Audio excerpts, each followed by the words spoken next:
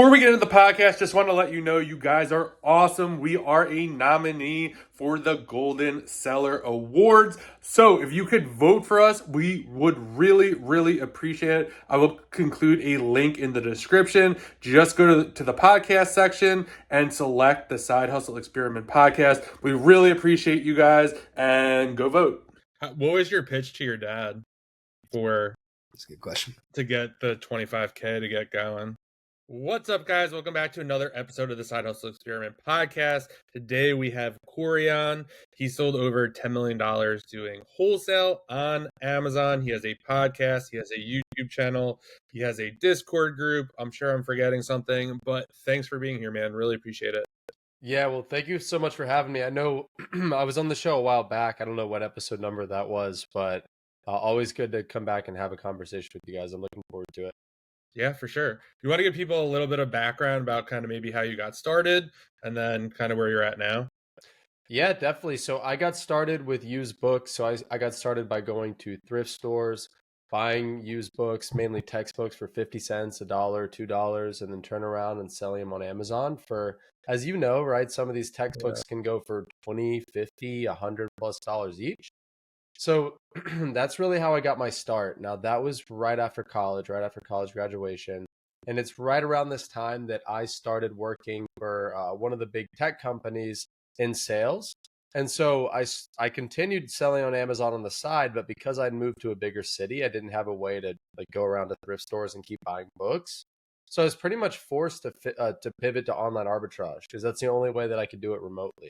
And so I was buying products from like Vitacost, and Ulta was one of my biggest sources back then, buying a ton of beauty products, getting it shipped to my apartment there in Chicago, prepping it up, and then shipping it out at the closest UPS store. And so did that for about a year and a half, and then really transitioned mainly to wholesale, which is what I do now, buying products directly from manufacturers and distributors, and then reselling on Amazon. And then about 6 months into wholesale, I quit my job, moved back home to do wholesale full time, and I've been doing that ever since. So is it, when did you stop the sales gig? So that was, let's see, July of 2019. So pretty much, like I said, like 6 months into doing wholesale. And honestly, I wasn't making that much money with wholesale at the time. Like we were making maybe a few $100s per month in profit, certainly not enough to live off of. But I was just really fed up with the corporate job. I mean, I remember at one point, like there were people on my team who seemed to be like with me more than they were with their own families, at work. And so it just wasn't a path that I wanted to go down. And I was like, I'm going to have to just, I'm willing to take a chance on this Amazon thing and see if I can make it work.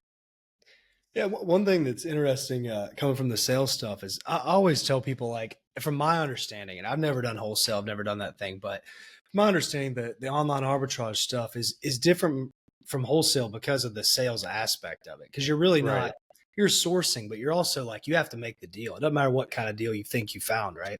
So can you kind of go into if your job taught you anything about that, or how did that come to you naturally, or did you have to learn that it was more of a sales game? If I'm right about that. Yeah, so you're 100% right about that. So that is definitely one of the things that differentiates wholesale from online arbitrage is that with wholesale, you've got to it's a B2B sales role basically, right? Like you're having to sell these brands and sell these distributors on why they should sell product to you, because a lot of time this product is in really high demand, and it's not always the guy with the deepest pockets or the guy that can cut the check the fastest that gets to buy the product, right? A lot of times it's some other things. So you're having to sell yourself constantly to these suppliers and to other people in your ecosystem. Now, as far as my job was concerned, so luckily it had a really strong sales training component. So I was actually in training for a year and a half doing things like we were flying to different cities to sit down and do case studies with people who had been in the company in sales for like 30 years, doing like, 15 to 20-minute role plays where we're like in a legitimate selling situation, having to build rapport, having to handle objections, having to do all these things that you would do in a sales situation. And we were evaluated on that and kind of given a score on that. So that training really helped in giving wholesale more of a serious go, because it's like I was doing that for my day job, like practicing that stuff all day. And then when I was trying to get my wholesale business going, it's the same thing. I'm just making cold calls, right? So yeah, it translated very nicely. Yeah, the cold call's pretty brutal, like getting no's, but I'm sure you were probably already used to that by then. Yeah, exactly. And like that's why one of the things that I tell people who are thinking about getting into wholesale is like anybody that has a sales background is already really well positioned to do well with wholesale because that's what so much of it is. It's a lot of calling, getting rejected, building rapport, following up, building relationships, everything that a good salesperson would be doing otherwise. Yeah. I never really hear that on social media much either. Do you try to incorporate that into like your marketing stuff, or is it like, I don't know if that's a good thing to incorporate because that sounds scary when you say it like that. But do you talk about it like that, or do you hear anybody talk about it? Because I feel like it's just a little bit different than that, even though that is kind of what it is, right? Yeah, so I talk about it all the time, right? In fact, I go out of my way to kind of talk about it that way and tell people like, hey, by the way, this is not easy. You're gonna have to get on the phone, you're gonna have to make calls. It's hard, you're gonna get rejected, you're gonna get told no. But you know, that's how it is. And I feel like when you're honest about that being the way it is, you attract people who are more serious and who are like, okay, I get it and I still want to do it. Yeah, 100%. Well, one question I have too about like the wholesale stuff is, and this is probably just a limiting belief I had to not get into it, but I always felt like there can only be this many like distributors, right? Like what happens when there's like 40 Amazon sellers that call a wholesaler? Like, is there any chance you can break through, or is it just like they just yell at you after a certain amount of time? Or how many distributors like are there out there that wait Yes. for Amazon sellers?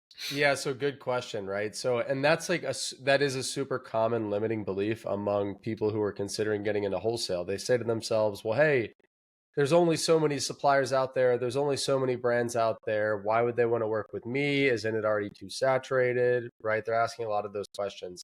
And I always counter with, "Well, if you look it up, there's 2 million brands on Amazon, and that's 2 million brands, right? There's hundreds of millions of products but 2 million brands active for sale on Amazon. And we're talking about if you're working directly with brands, right? You only need to lock down 0.0000001% of those brands, right, in order to build not just a six-figure business, but even a seven-figure or an eight-figure business, right? And so that doesn't even bring us to distributors. There are like hundreds, if not thousands, of different local, regional, and national distributors per category, per niche. And the good thing about distributors is that with it being a relationship business, even if like I have relationships with distributors where I know for a fact there's 20, 30, 50 other Amazon sellers buying from that same distributor.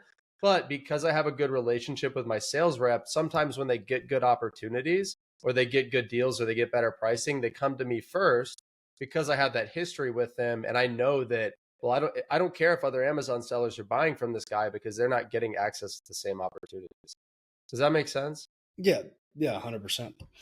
What about the trade shows? Are those? I hear a bunch of people kind of trash those trade shows. Sometimes that some people talk well about them. Do you think that that is a good place for people to go, or what do you think? So trade shows are by far the best way to build your wholesale business. Now, I'm sure you're probably referring to ASD as far as like the Yeah, one that sorry, people should have trash a clarified. lot.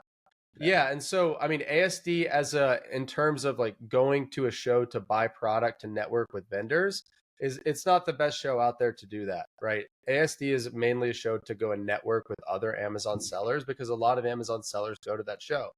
Now, that's not to say there's not legitimate suppliers there and legitimate opportunities to be had there. There absolutely is. But the nature of that show is that the vast majority of suppliers that exhibit at ASD are not authorized. They're just essentially wholesalers who have inserted themselves into the supply chain. They're not going to have the paperwork needed to appease Amazon. That's why ASD is not a great show to go and buy from. It's a good show to go and network at. Now, other trade shows, right? Really any other trade show. Like I'll give you an example. There's a trade show coming up in Vegas next week. It's called SEMA and it is the biggest like tool and automotive trade show in the country. It happens I think twice a year. And there are hundreds of qualified brands that are going to be there that would make fantastic candidates to sell their products on Amazon, right? Same with lots of distributors in the industry, wholesalers in the industry. That type of trade show you would have to be incompetent to go to that trade show, talk to people, and not have a ton of really good opportunities. What you got, John? So when you're saying, I have two questions actually. So when you're saying that at ASD, they don't have like the right documents or what Amazon sellers are mean, what does that mean? Because I'm sure a lot of people, I know for me personally, like I'd never really heard that about ASD before. Like obviously I'm not in wholesale, but what kind of what are they lacking, or what should people be looking for to to work with a supplier? Yeah, so in my experience, a lot of the exhibitors there at ASD, they're glorified middlemen, right? They for example, let's use like Dove soap as an example, right? They have access to a full truckload of a certain scent of Dove soap at a great price. But if you were to ask them where they got it, they probably got it at liquidation from some sort of liquidation company, right? That liquidation company may or may not have gotten it directly from the manufacturer.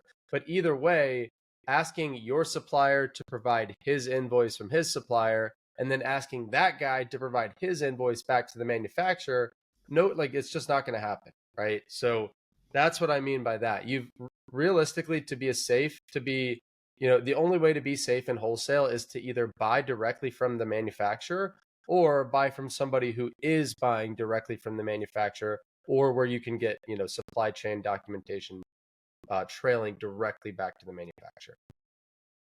Makes sense. Is that a common thing you're seeing? Like these, I know with the OA guys, they're getting wrecked with that type of stuff. Is it? I'm sure it's less common in wholesale, but do you still see people running into those type of issues with like not the correct documentation?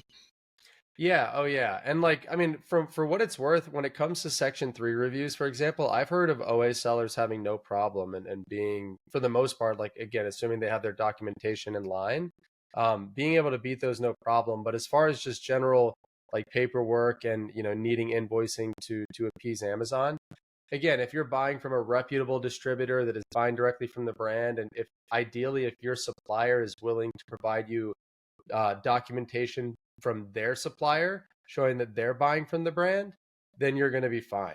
Right. And you'd be shocked actually how many suppliers these days are willing to give up that information. Whereas 2 years ago, if you would have asked your supplier for their invoice, they would have laughed you off the phone. Right. Nowadays, they know that the landscape of Amazon's changing. And if a lot of times it's like, well, hey, we're spending X amount per month with you guys. If you're not willing to provide me that documentation, then we can't buy from you anymore. So a lot of them are saying like, okay, right, it's worth it because we got to keep this custom. Interesting. So when you said earlier, you said that you were working your corporate job and then, the wholesale business was only making maybe a couple $100s a month. Did you have like a runway, or kind of how do you wrap your head around that? Yeah, so I saved up a little bit. I'm trying to remember. I don't remember exactly how much I had saved up. So I remember I put about like 10,000 of my own money into inventory, or at least that's how much I had set aside for inventory when I started wholesale. And then my dad went in on the business with me as well. I think he put in 25K, so we had about 35K worth of capital for inventory. And then for me personally, when I quit the job to move back home, I think I had in my savings like maybe 5 to 7 grand, somewhere in that range. Which again, I was moving back to my mom's house basically, so I didn't really have hardly any expenses. So I could have stretched that out over, a year if needed. And that's kind of the way that I was looking at it at the time. And what was your big decision? I know that you haven't been on social media for a long time, right? So like what kind of Right. prompted you to get on social media instead of living in the background like some of these guys do, I guess. Yeah, so a big part of it was let's see, when I was 5 years into selling on Amazon, so this would have been about 2 years ago. I remember I looked around at one point and I was like, I can count on one hand the number of other Amazon sellers that I know, right? And it was like literally one dude named Philip, who's now one of my good buddies. He's in my mastermind community, like talk to him every day. But he was the only Amazon seller that I knew at the time. And I remember thinking to myself, I'm like, all right, I've got to fix this, right? Like I know everybody talks about the value of a network. Everybody talks about, how to like knowing the more people you know, the better off you are, etc. So that led me to join a community called MDS, which stands for Million Dollar Sellers. And it's basically just like a high level mastermind for you've got to be doing 1 million a year or more in revenue on Amazon. And there's like 600 or so people in the community. So it's a really big high level group where I was like the smallest fish in the group. These guys were doing like 8, some of them 9 figures, private label, agencies, software owners, like just really smart group of people. And so that really just opened my eyes to, wow, like there is a whole world of Amazon sellers out there that I didn't know existed that, might be either inside these communities, or more commonly, what I found out, are also on social media. So that led me to discovering guys like Garrett Gorel and Miles, Flips for Miles, and getting on their Buy Box Bandits podcast. And so right after we did that podcast, Miles really encouraged me to start tweeting. And this was January of last year, January 2023. So really started tweeting quite a bit at the time, started meeting a lot of other Amazon sellers, a lot of smart people through doing that. And then just have continued tweeting and then expanding to other platforms from there. Miles is a motivating dude. I went on their Yeah. pod too, like last year, and he's like, "Man, you got to tweet more. You got to start an Instagram." He just like pushes you. And you just like kind of feel bad if you don't do it. You're like, he kind of works so hard that you kind of like, I'm being really lazy. I need to do this stuff. Well, the way that he tells people, he's like, "Yeah, we bullied Corey into getting rich." He was like, we literally bullied him into like doing everything he's doing, which is He's true. good at that, man. He's It's like great. pounding it. Yeah, it's awesome. It's good motivation. Yeah, we want to have him on here eventually, but we don't talk about Amazon much. So I'm just like, man, I don't want to step on your toes if we start talking about different kind of stuff, but it's whatever. But anyways, back to the Amazon type thing. So you do the Amazon thing and you came on social media, and then now you do some like the mastermind info type stuff. Do you have any or maybe you already are in the works, I'm not exactly sure, any software or any like private labels or any, like what's the next step after like kind of what you're doing now? Yeah, so really I'd say next step. So you mentioned, right, the mastermind community, and we've also got, so really kind of the way that our community is broken down, it's called the Wholesale Network. And so the Wholesale Network is a community of sellers who are trying to get to 7 figures with wholesale.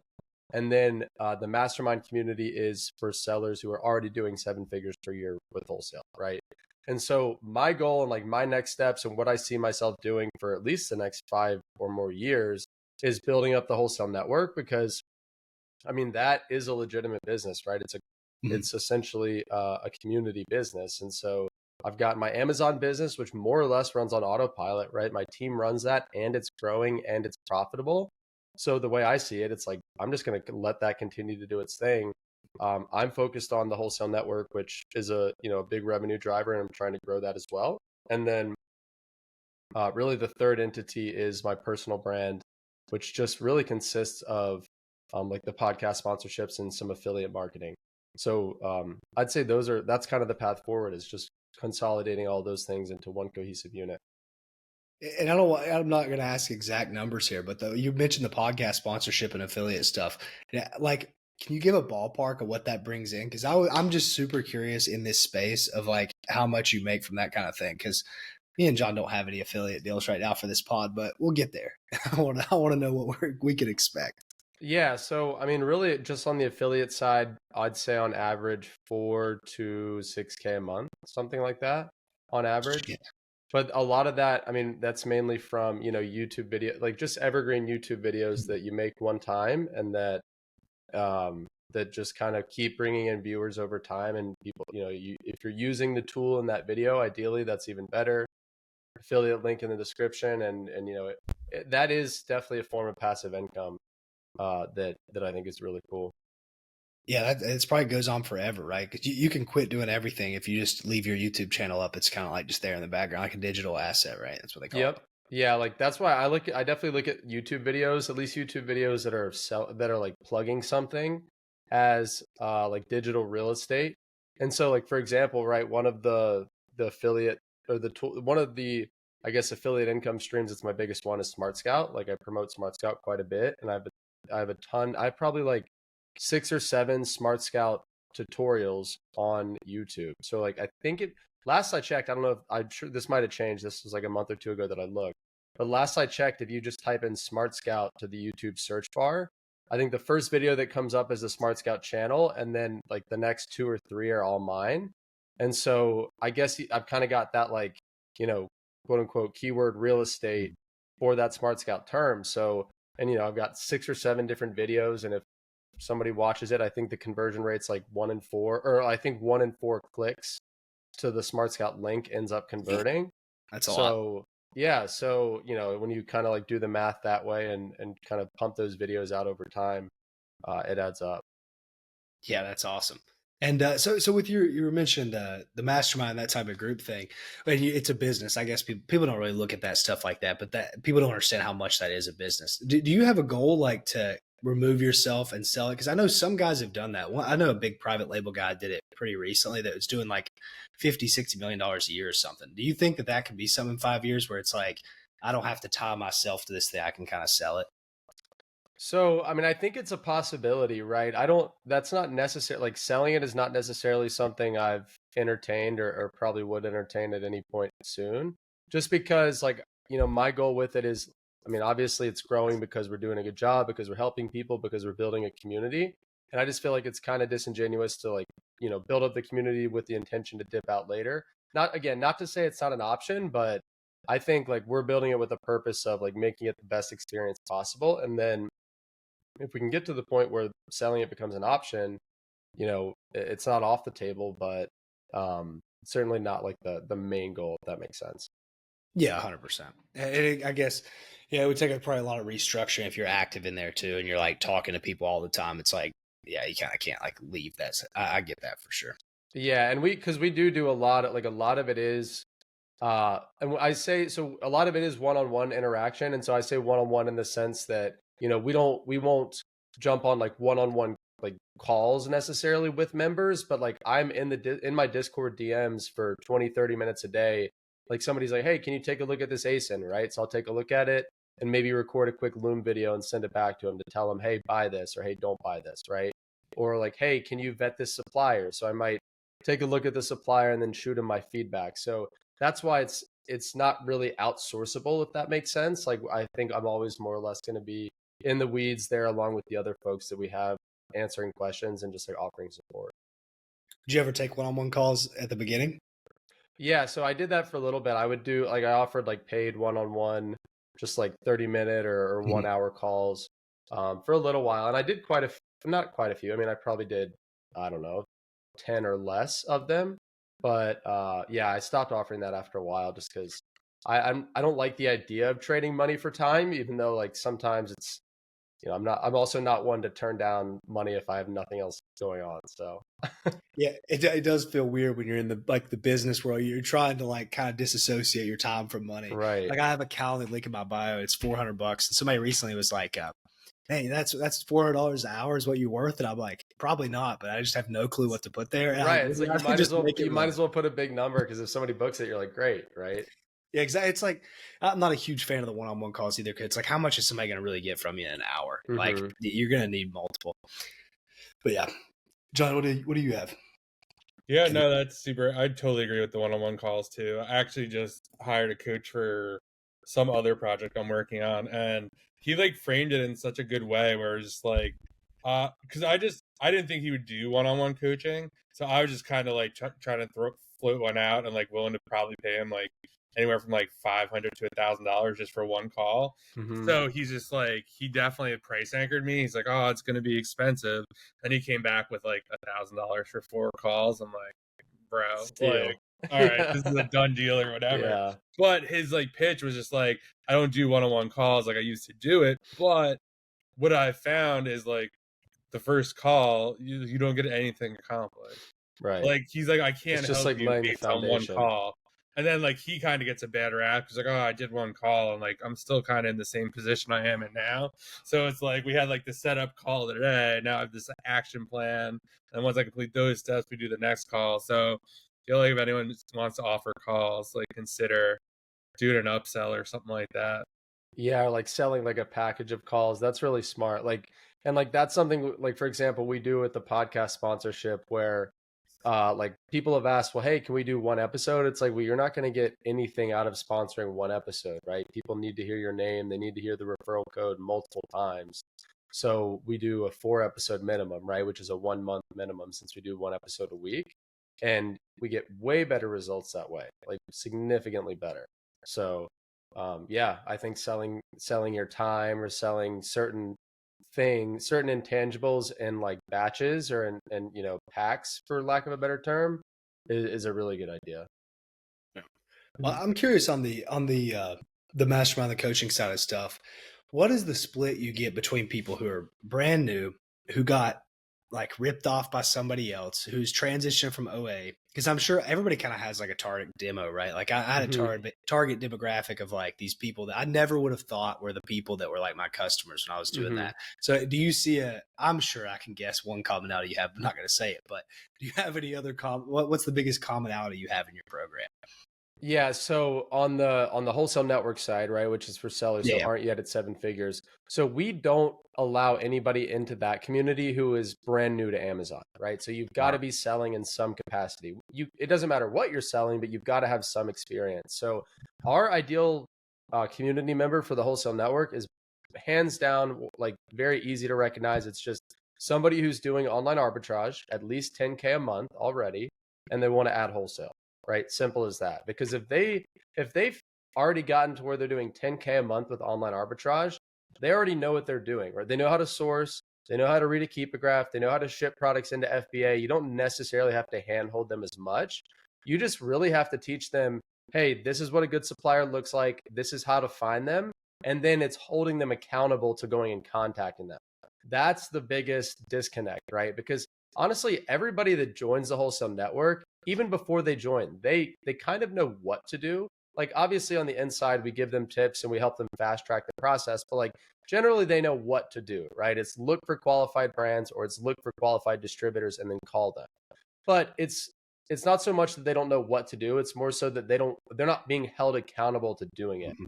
Because if they're holding themselves accountable, they're saying, well, hey, I've got a, I'm going to call 5 people per week, but then they don't do it and then they let themselves off the hook. Whereas we're like, hey, you said you were going to call 5 suppliers, where, like, which ones did you call and when did you do it, right? So it's kind of holding their feet to the fire, that like so that when they actually do that work, then they get results. So it's almost like they're paying for accountability more than anything else.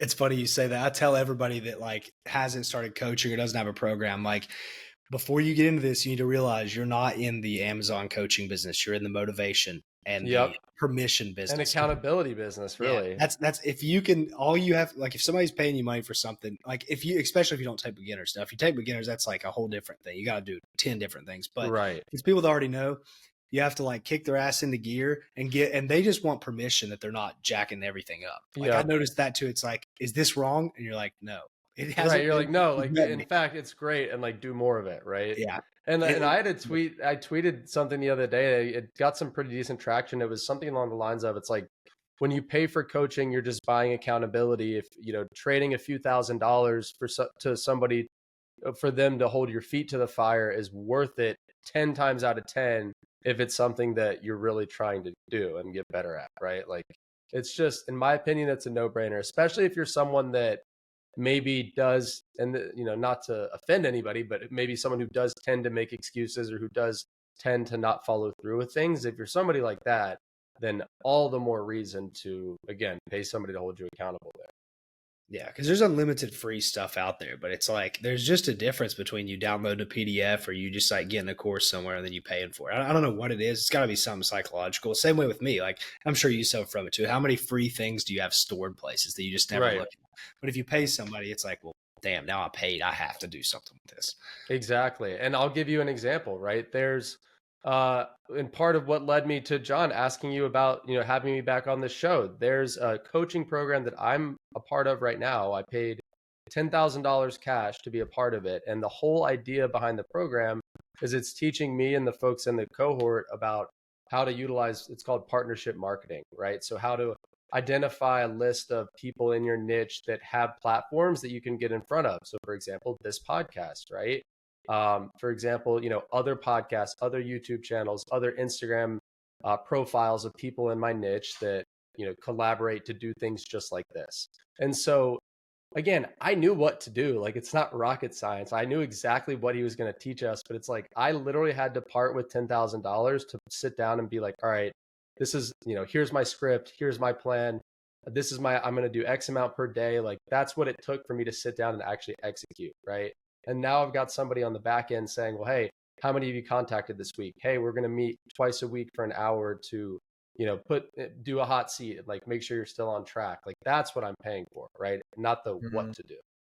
Yep, 100%. I think that's probably the most important part, and kind of why I'm doing this coaching, because like what I'm doing, it's just like I got to meet with this guy next week, and if I don't do what he says, like I'm gonna feel like a fool. Be like, it's like, Right. It's like why you don't didn't want you to look do this? stupid. Like, and Yeah. then you'll be like, well, were you busy? And it's like, No. nah, nah, not I that just didn't busy, do but it. Yeah. yeah, or like I work with a trainer too, and it's just like, why like didn't we lose weight this week? It's like, oh, I don't Right. know. It's like, well, let's pull up my fitness pal. Like, boom. It's just like having that accountability is just like super, super important, especially like Exactly. I think too, it's like if you're still listening to the podcast at this point, you are into it and a fan, and we really appreciate that. If you could do us a solid and like, subscribe, and do all that stuff, it really helps the podcast grow. And secondly, if you could tag us on Instagram, just take a picture of what part you are at the podcast. If you like it, tell us what you think about it. Tag me at Side Hustle Experiment, and I will definitely share it. Now let's get back to the podcast. Like, if you have a good coach, they don't make you feel like shit for not doing the thing, but they ask you these questions that make you think, be like, well, like, why do you think? You're like, I have no idea. And then they're like, maybe like the food, and you're like, and then it's like, well, why'd you eat that? And then you think in your head, you're like that was not necessary at all to eat that. Like, I don't know why I did that. And they just like kind of like peel back the layers. And I think that is a big part of like Amazon too. It's like when you start asking people, it's like, well, like, why did you buy that ASIN? Or like, why did you work with this supplier? And then it almost like you have to examine your own thought process. And then it's like, oh yeah, I see there are like a couple holes in there, but sometimes it's hard to like find those holes yourself because you're so into it.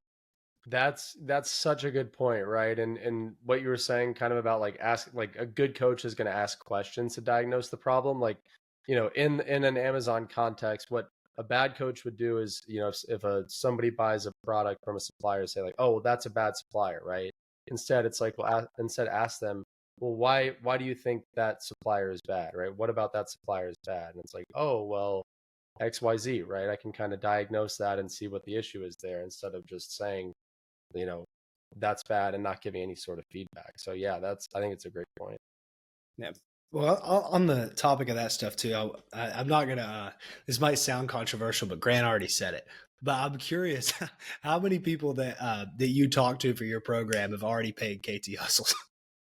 Oh, I don't know exactly. I mean, I think a couple people, because a couple have mentioned it specifically, but I don't know for sure. It's funny. I assume when I asked that question earlier, I assumed that you probably thought like, well, they all come from that, because that I got that a lot too when I was running stuff. It's just like there's big people and they kind of like create this whole funnel for people to be like, I got to figure out somebody who knows what they're doing, because I get put in this like massive thing that like no one's really that active and stuff like that. Yeah, and like I do one thing I do like about our group, it is a little more tight knit, right? So it's a much more personal, much like I said, you do get that one-on-one attention for myself and the other leaders in the group. So yeah, we've got a tight knit group in there. And another thing too. So when you like when someone comes into the thing, this is what I noticed this, and I wonder how you deal with it. When somebody comes in that's already paid for another program, they already have like different messages in their mind of like how easy this should be to be successful or how difficult it is. How do you like teeter with, okay, this is easy, like you can do it, but also it's not as easy as you think. Like to keep them motivated, but also not to like kind of catch them back to reality. I'm sure you deal with that. So kind of how do you deal with that in people? Yeah, so and that's a good question. So the advice that I always give people is like, hey, it's easy if you just do a little bit every day, right? So like, and I'll give you an example. Right now, I'm living proof of this. I've been calling 3 new suppliers every business day, and I'm 8 business days in. I'm looking at my whiteboard right now. I've called 28 suppliers. I've submitted 8 applications. I've gotten 3 approved, and I've placed 1 purchase order, right? In 8 days from scratch, just by calling 3 per day, no more than that. So that's what I tell people is like, again, it's easy if you just set a goal for how many you want to contact per day, and you just hit that every day. And it doesn't need to be many. It could be as little as 2 or 3, but it's just the consistency that counts. So I'm like, yeah, it's hard because you've got to show up every day, but it's easy in the sense that you don't have to put in 8 hours a day. You have to put in 90 minutes, right? Is that how you kind of deal with? Are you a big goal person, like the Yeah. minute goals Oh, and that's micro goals? I'm like the way that my brain works is like if I decide I'm going to do something or like take on a new project, I'm like, okay, how can I break it down to like what's the minimum amount I have to do if I do it every day, right? To in order to get it done.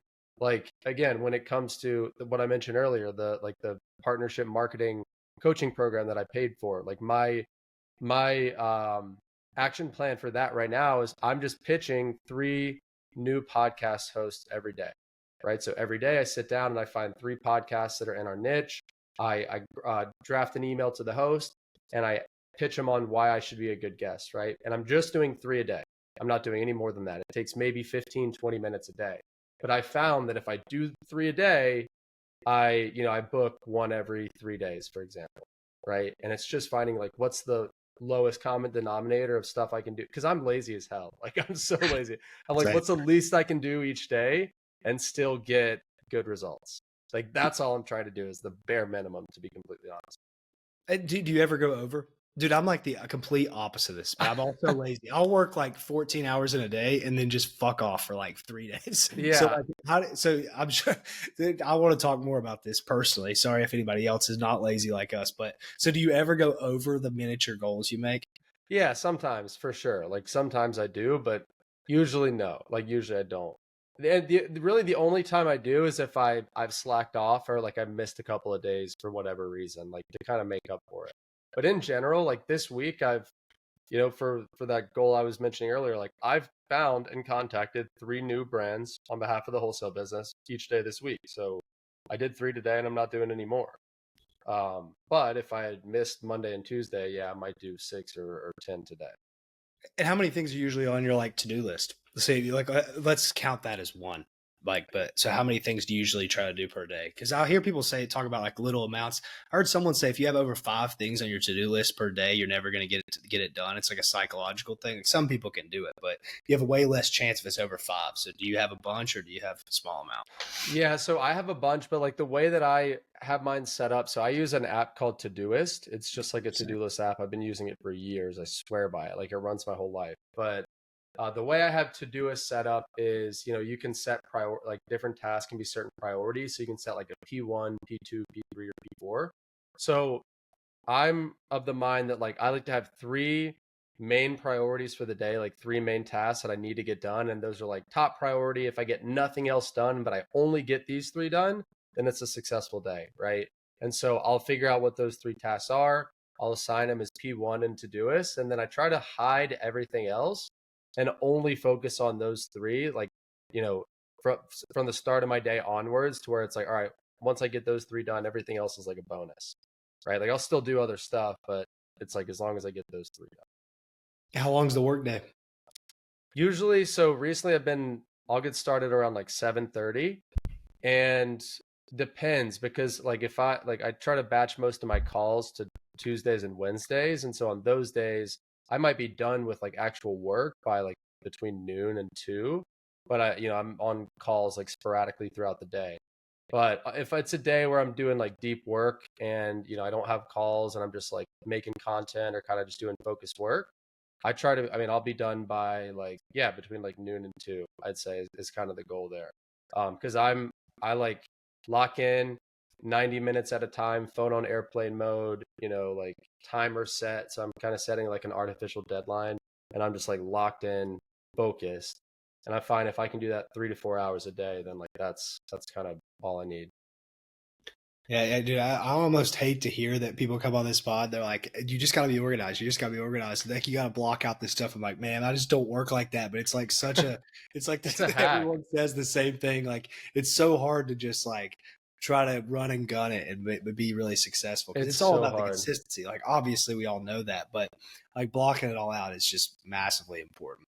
Yep. One day I'm going to learn. But Dude, I'm telling you, like, and what I've found, like the single biggest like game changer for me is the phone, right? Phone and airplane mode. Now, like I keep my phone in my pocket because it counts my steps. Like that's the only reason I keep it on me. But I keep it in airplane mode. Like in a perfect world, it would be in a completely separate room on airplane mode, and I would be like and I'd set a 90-minute timer and just lock in at my computer, right?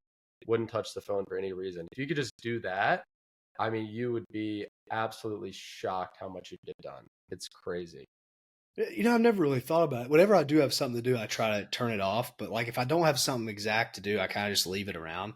I bet you just don't even realize how much you just pick it up and then you're just 30 minutes doing some bullshit on your phone that you actually. And it's not even that you're on your phone that much. It's just like what do they call it? Like context switching, right? So like, Yeah. you're scrolling for like 30 seconds and then you go back to your task and then it takes you like 2 minutes to kind of get back on track. And then you work for another 3 minutes and then you look back at your phone and then it's like, you could have been done with that task by then and now it's going to take you another 15 minutes. So that's huge. And then another thing that I mentioned that I want to highlight is setting artificial deadlines, right? Like setting timers. That is really big for me because again, I'm the type of person where I just want to do something in like a focused sprint. So if I can set a timer, even if it's like 30 minutes, it's like, all right, I'm going to set a 30-minute timer, put my phone away and see just how much I can get done in 30 minutes, right? Then I'm going to take a break or then I'm going to have lunch. And I mean, again, you find you'll get more shit done in the last 5 minutes of that timer than you did like the first 2 hours of your day. It's crazy. Have you always done this stuff, or are you like a big productivity like type guy? Is that kind of the? I've always kind of just like messed with it. So I've always just like experimented with like different strategies and like different methods and stuff like that. But yeah, like everything everything I do kind of like changes. I kind of like tweak here and there. But for the most part, it's just a mix of like trying stuff over the years. That's cool. What else you got, That's John? awesome. I really like the phone thing because I've done that before too. I have an Apple Watch, so I don't have to worry about kind of the step thing. But I've definitely put it. So I mainly sit here, and I'll put it on the other desk that's over there where I kind of make content. And Yep. it's just, it could be like really sad. Maybe this is embarrassing, but like I literally find myself like going to like look for it and like pick Yeah. it up, even though like it's just like, oh I shit, feel it like it's vibrating in over my there. pocket when it's not even in my pocket, like all the time. I Yeah, I'm just swear. like, It's oh terrible. man, like, and that it's like so good though, because then it's like I'm also kind of lazy, like, oh, I'm not gonna walk over there to get it, but Right. like it's so easy to like pick it up, especially like, I mean, you have like social presence too, and you're like, oh, like maybe someone needs something on, Instagram or like, I can't leave the people hanging, like kind of stuff. And you just get caught up in this like weird stuff. But I want to go back to what I really like what you said, and I always suggest people do this. It's kind of like breaking things down into like really small steps. Like when I help people with OA, it's mostly just like I always tell them, I was like, oh, which of my spend goal will be like, how much time should I spend on this? I'm always just like, you should just try to find 2 to 3 ASINs a day. Like whether it takes you 8 hours or 2 hours or 1 hour, because then Yep. at the end of the month you have 60 to 90 ASINs, and that will show you just a lot. But people get caught up like, oh, Corey said to only source 2 hours. 2 hours is up. I didn't find anything. But I think when you have that one to two, it's like, come on, I could definitely find one thing or two things, right? Like I could definitely do that. Like, because you're always two away. It's like, all right, like we're close. So I think if you like flip stuff on their head and like you said, track it on a whiteboard, like come on, like we could find two things today. Well, and I think that's a great point because it comes down to having a results-based goal, right? Like 2 hours, like again, like you said, you could source for 2 hours and find nothing, or you could source for 2 hours and find 100 things. So like basically, if you say that your goal is to source for 2 hours, like you're leaving that up to chance. I agree with your method way more. It's like, well, instead, let's set a goal where it's a results-based goal. Either we find two ASINs or we don't, right? And as long as we hit that every day, we know that it's only going to take X amount of days for us to start making money or to start, learning the process or whatever that goal looks like. Yeah. It was to wrap back on something else. You said you did online arbitrage before. Yep. What kind of got you out of that state and got you even into the wholesale? Because obviously people scale up the OA, but what kind of made you leave that and go to wholesale? Yeah, so this was right around the end of 2018 and I just for whatever reason I was just kind of growing tired of OA. I didn't enjoy it. I wasn't passionate about it. I was just I mean, because of the fact that it's so much more transactional, it's just numbers based. You're just, finding products, buying them, flipping them. It just wasn't that exciting to me and to be honest with you, I was about to just kind of quit Amazon completely. I was like, oh, this has been fun, right? But not for me. I'm just going to move on to the next thing. But it was one day I just happened to be surfing YouTube and I found a video from Watch Me Amazon, Larry Labarsky, who you guys might be familiar with. But in that video, he kind of breaks down the wholesale business model. He explains it and how it's more of a B2B sales role, right? You're talking to suppliers, you're negotiating, you're spending big money, you're replenishing products, and then he broke down how it worked financially. So it was in a Google. It was like he was screen sharing a Google Doc. He was like, let's just say you start off with 5K in capital. You spend that on good wholesale inventory, you sell it, it comes back as 6K, right? You spend that 6K, it comes back as 7,200. So spend 7,200, you see, et cetera, et cetera. And he kind of like illustrated the snowball effect that the business model could kind of be. And it just made a lot of sense. And I was like, well, I'm doing sales right now. This is a way of selling on Amazon. Like I'm currently selling on Amazon, but this way is a little different. But this new way kind of speaks more to my strengths and seems like something I might enjoy a little more. Actually, I'm going to try that. Right. So that is pretty much what happened and what made me make that switch. So at the time, I think I had like one OA product still in my store that I was selling, and it was a dog kennel. It was a replacement door for a dog kennel, right? And it was a fantastic OA product. We were paying like $10, and I think it was selling for like 49, and it was crushing. And I was like, you know what? I'm just going to keep replenishing that product until it dries up. And in the meantime, I'm just going to start cold calling a bunch of brands and trying to make this wholesale thing work. And that's pretty much exactly what I did. Yeah, that's awesome. Yeah, I was presented with the same situation of getting burnt out with it and stuff like that. I actually did just quit. I didn't move to the wholesale thing, but maybe that would have been a good idea in hindsight. Nice. To me, and maybe you can kind of like talk on this a bit. To me, it was just like a lot of, you spend a lot more money, right? And it's like, obviously the sales thing, you kind of got to get used to that type of thing. But I think I got really caught up with like, man, now I'm going to have to spend like 50 and 100K per thing. And something can go wrong. Like, see, I have a lot of friends that do wholesale, and they had these like bad deals or things would go wrong, and you would just get really like fucked with your capital. So I don't know. How do you talk people off like kind of a ledge there of like, am I really going to have to spend all this money and like put up all this risk for like kind of what's the return here?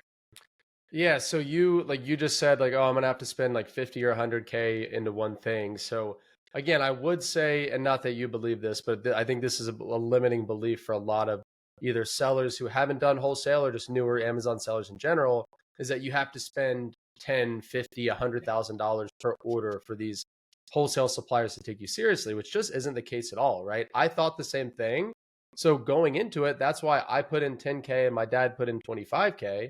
So we had like a $35,000 bankroll to start with. But once I got in the trenches and started calling these brands and started calling these distributors, I came to find out that the minimum order for most of these brands and most of these distributors is like very small, right?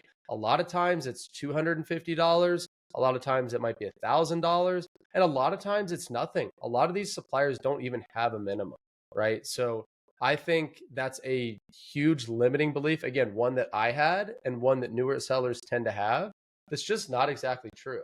Now, there are some suppliers out there that do have large minimums, right?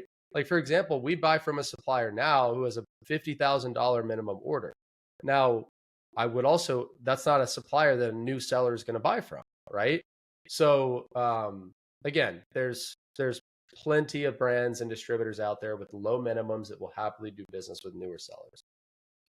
Do you have your own warehouse, or do you use a prep center? We use prep centers. Yeah. So we use prep centers for everything. And what does your price on that look like? That was another thing that got me like, I'm gonna have to negotiate with the prep center usually, but because you can't pay like $1.40 and $1.30, that doesn't work usually. But I mean, maybe it does. I don't know. But yeah, so we're right around like 80 cents all in. Yeah. Okay, that's pretty good then. Mm-hmm. Do you have to negotiate it down, or are there like prep centers for wholesalers? I'm not familiar too much with the business at all. Yeah, so there are, I mean, prep centers come in all shapes and sizes, but we know a couple of good ones. Like I know multiple people that own prep centers, so I get, I don't think I get a better rate than any of their normal customers, but we get like volume pricing, right? And just like with anything, just like when you're buying wholesale products, prep is also a game of, well, the more business you're going to bring them, the better price you're going to get. So yeah, it's all a volume thing. Why no warehouse? So Where's that we go? had one. We actually bought one, a small one back in 2021, I want to say, early 2021. And so we bought it in Wake Forest, North Carolina, which I was living in Raleigh, North Carolina at the time. So we buy this little warehouse in Wake Forest, which is like a 30-minute drive from where I live. So, I've got to commute there with traffic, 40, 45 minutes one way. And then just recruiting warehouse workers in Wake Forest, North Carolina was not the easiest thing in the world. So I found like two college kids to come help for the summer, prepping products, unloading pallets, all that type of stuff. And they did great work, but they were going to have to go back to school. And I was just like, all right, this warehouse thing, like this thing sucks. And it was actually one day that I heard a podcast episode on Scott Needham's podcast, The Smartest Amazon Seller. It was an episode with a prep center owner, and the way that he was explaining it, that's just when it clicked. He was like, listen, when you use a prep center, it allows you to focus on what you're best at, which is sourcing products and buying and negotiating and maintaining supplier relationships.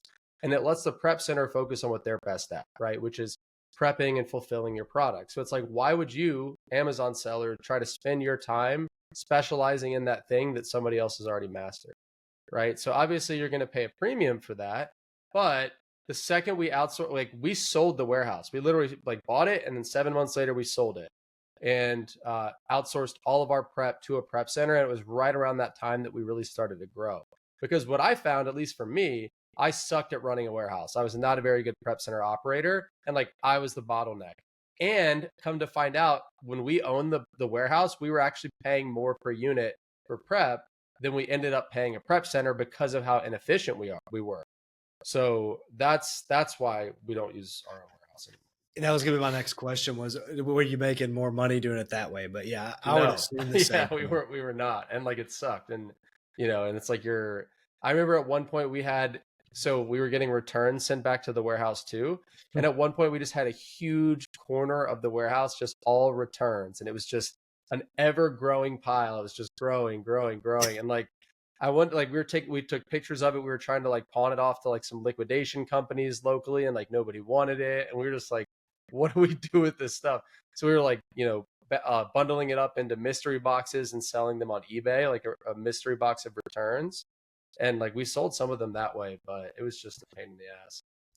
How do you deal with them now? So we use like a returns management service. So all of our returns go to their facility, and then they'll liquidate them on eBay or Marketplace or wherever. And then we split it 50-50. What else you got, John? We're kind of almost approaching the 4 o'clock mark. Yeah. Last question. What was your pitch to your dad That's a good question. to get the 25K to get going? Yeah, that is a good question. So he knew what I was doing up to that point. So he knew that I had been selling on Amazon, kind of like hustling, doing the used books, doing online arbitrage. So I'd always kind of kept him updated on what I was doing. And I remember, so again, I was living in Chicago at the time. He came out to visit me. So just on a visit, we sat down and we're talking about it. And I think I discovered the Watch Me Amazon video like a week before. So I think I showed him the video and we were kind of just like talking it through, and he was like, yeah, like this makes a lot of sense. I can see the potential and I can see how it works. So he was like, if you think you can make it work, then, I'm willing to invest some money. And so he almost like kind of came to me with the idea. And again, it's like he was going to put up money and I was going to put in the work, and it worked really well. So yeah, it was great. Did you get worried that something could go wrong? Because I always hesitate to take deals like that, because it's like, dude, if this goes wrong, he's going to be so pissed. Yeah, I mean, yeah, like definitely. So if anything, I think it was just more of a reason for me to stick with it, right? Because I was like, okay, like I took this investment, like now I've got to make it work because I don't want anything to go wrong, right? So if anything, I feel like it was kind of a motivator. Yeah, I saw someone talk about one time. He's like, if you really believe in yourself, just go ask a family member for like 50K or 100K. It's like, you'll figure it out real quick. Or if you don't, you'll never live it down. Yeah, 100%. Yeah. All right, well, I want to close this out, John. Thanks for being here, Corey. Where can everyone find you? Yeah, so I'd say, we mentioned earlier the Wholesale Network and the mastermind community. I would say just go there for any sort of information at wholesalenetwork.io. That's where you can learn more about the community and look to apply. As for me personally, you can head over to my YouTube. It's just at Corey Ganim on YouTube. or the Amazon Wholesale podcast. I've got a podcast there as well. Sweet. Well, thanks for being here, and we'll see you guys on the next episode. Like, subscribe, and peace out. Peace. Thanks, guys.